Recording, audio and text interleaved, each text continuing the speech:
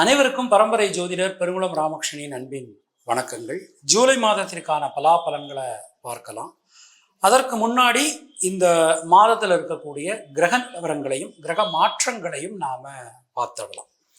இந்த ஜூலை மாதம் தொடங்குற அன்று பார்த்தோம்னா மேஷ ராசியில செவ்வாய், ரிஷப ராசியில குரு, மிதுன ராசியில சூரியன் சுக்கிரன், கர்க்கடக ராசியில புதன், கன்னியா ராசியில கேது, கும்பராசியில வக்ர நிலைமையில சனி, மீன ராசியில ராகு என கிரகங்களுடைய சஞ்சாரமானது அமைந்திருக்கிறது.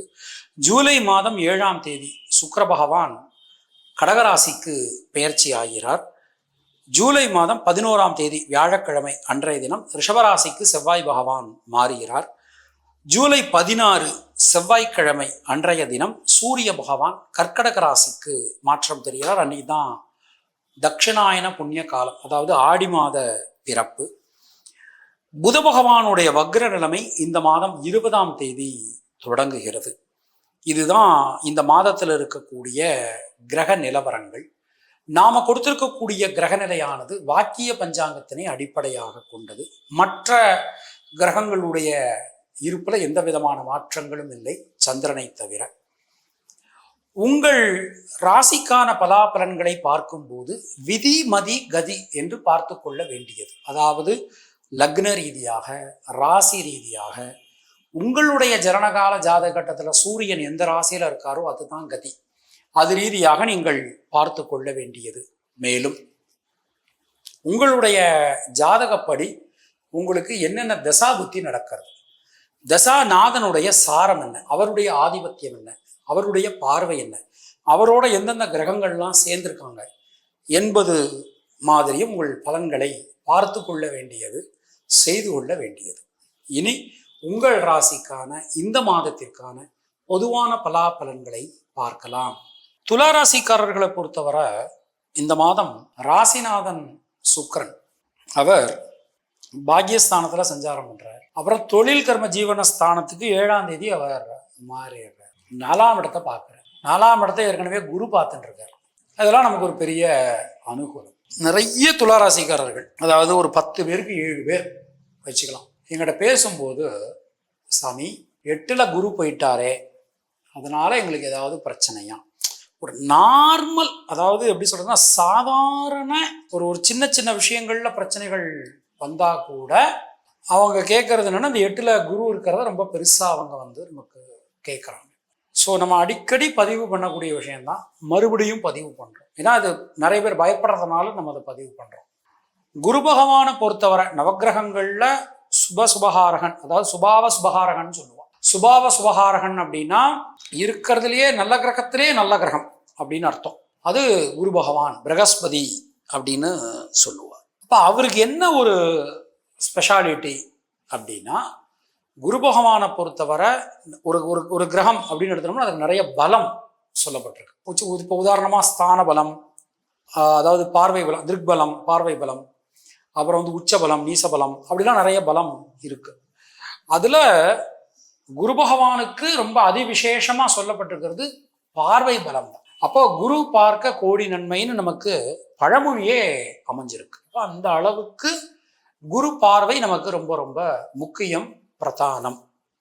அதனால இப்போ துளாராசிக்கு 12, 2, 4 ஆகிய ஸ்தானங்களை குரு பகவான் பார்க்கிறார்.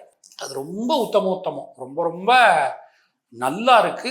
நல்ல விஷயங்களை உங்களுக்கு அள்ளி தரப்போறது. இன்னொன்று, 9 கிரகங்கள் இருக்கும்போது நம்ம குரு பகவானை மட்டும் வச்சுக்கிட்டு எந்த ஒரு பலன்களும் நம்ம சொல்லிடக்கூடாது. இப்போ அதை நம்ம குரு பயிற்சியும் போதே நம்ம அதுதான் சொன்னோம். என்னன்னா, நீங்க வெறுமன குரு பகவானை வச்சுன்னு மட்டும் பலன் சொல்லாதீங்க, மற்ற கிரகங்களையும் நீங்க கணக்கில் எடுத்துக்கோங்க அப்படின்னு நாம சொன்னோம்.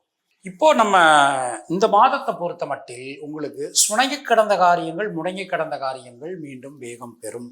பல வகையிலும் நமக்கு நன்மைகள் உண்டாகும். கொடுத்த வாக்கினை உங்களால காப்பாற்ற முடியும். குடும்பத்தில் இருக்கக்கூடிய குழப்பங்கள், சிக்கல்கள் அனைத்துமே நீங்க பெறுவீர்கள். குடும்பத்துல நிறைய மங்கள காரியங்கள் நமக்கு இந்த மாதத்துல நடக்க போகுது. மங்கள விஷயங்கள் நமக்கு காதுக்கு வரப்போகிறது, நிறைய பண்ண போறோம். தைரியம் தன்னம்பிக்கை அதிகரிக்கும். சகோதர சகோதரிகளால் நன்மைகள் உண்டாகும். அப்புறம் வீடு மண் மனை சார்ந்த காரியங்கள் ரொம்ப சிறப்பா அற்புதமா ரொம்ப நல்லா இருக்கு. இந்த ஒரு நல்ல நேரம் நமக்கு இப்போ போய்கிட்டு இருக்குது. ஏன்னா ராசிநாதன் குருவும் பார்த்துடுறார், 4ஆம் இடத்தை குரு பகவானும் பார்க்க ரொம்ப அற்புதமான ஒரு நேரம். இப்போ வீடு மண் மனை சம்பந்தமான காரியங்கள் எல்லாவற்றிலுமே நமக்கு அனுகூலமான ஒரு தன்மை இந்த மாதத்தில் நமக்கு காணப்படும்.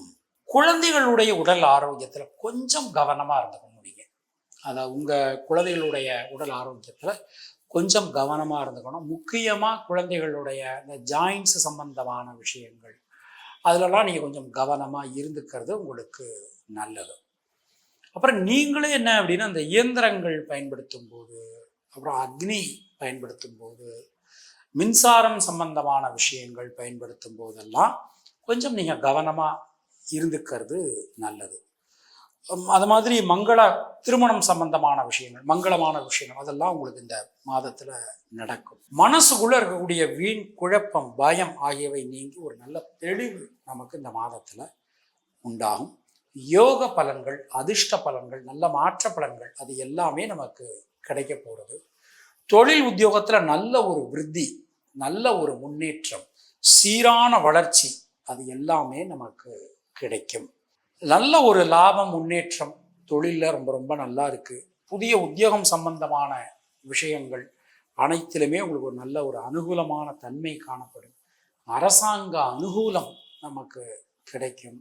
உத்தியோகத்தினருக்கு நீங்கள் எதிர்பார்க்கக்கூடிய பதவி உயர்வு, நான் ரொம்ப நாளாக எதிர்பார்த்துக்கிட்டு இருக்கேன், எனக்கு இந்த ஏப்ரல்லையே கிடைக்க வேண்டியது இந்த தள்ளி போயிடுச்சு, அது நம்ம கண்டிப்பாக இனிமேல் நிச்சயமான முறையில் நமக்கு கிடைக்கும். அதில் சந்தேகமே நமக்கு வேண்டாம்.